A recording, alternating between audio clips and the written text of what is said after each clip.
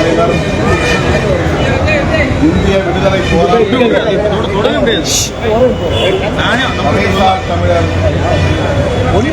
RNK அவர்களின் மறைவு கொஞ்சம் பாட்டாளி வர்க்கத்திற்கு நேர்ந்த பேரிழப்பாகும்.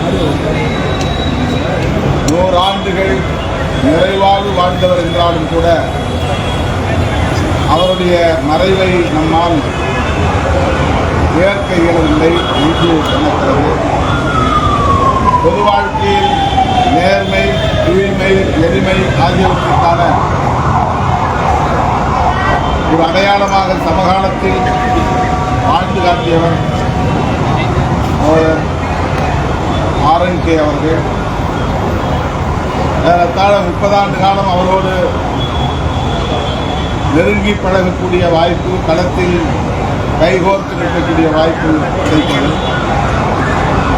இவரை போல் இத்தகைய ஒரு பேராளுமை இனி எக்காலத்தில் வாய்க்கும் என்று ஏங்கத்தக்க வகையிலே நம்மை விட்டு அவர் பிரிந்திருக்கிறார். விடுதலை சிறுத்தைகளின் மீது பேரன்பை பொழிந்தவர், தனிப்பட்ட முறையிலே என் மீது மிகுந்த வாஞ்சை கொண்டிருந்தவர், ஊக்கப்படுத்தியவர்.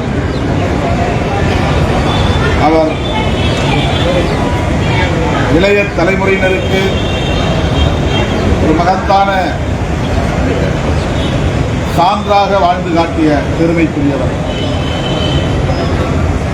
அவரால் இன்றைக்கு அரசியல் களத்தில் ஏற்பட்டிருக்கிற வெற்றிடத்தை காலத்தாலும் விட்டு நிரப்ப இயலாது.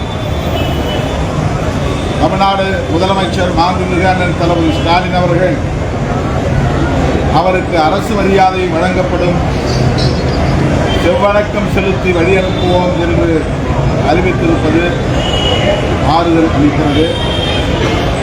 தமிழக அரசின் உயரிய விருதான தகைசால் தமிழர் என்கிற விருதினை வழங்கி சிறப்பித்தார்.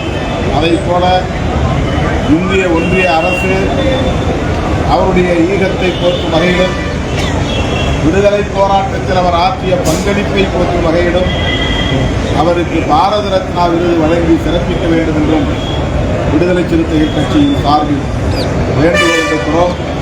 அவரை இழந்து வாடுகிற குடும்பத்தினருக்கும், உற்றார் உறவினர்களுக்கும், செங்கொடி இயக்க தோழர்கள் யாவருக்கும் எமது ஆழ்ந்த இரங்கலை தெரிவிக்கிறோம்.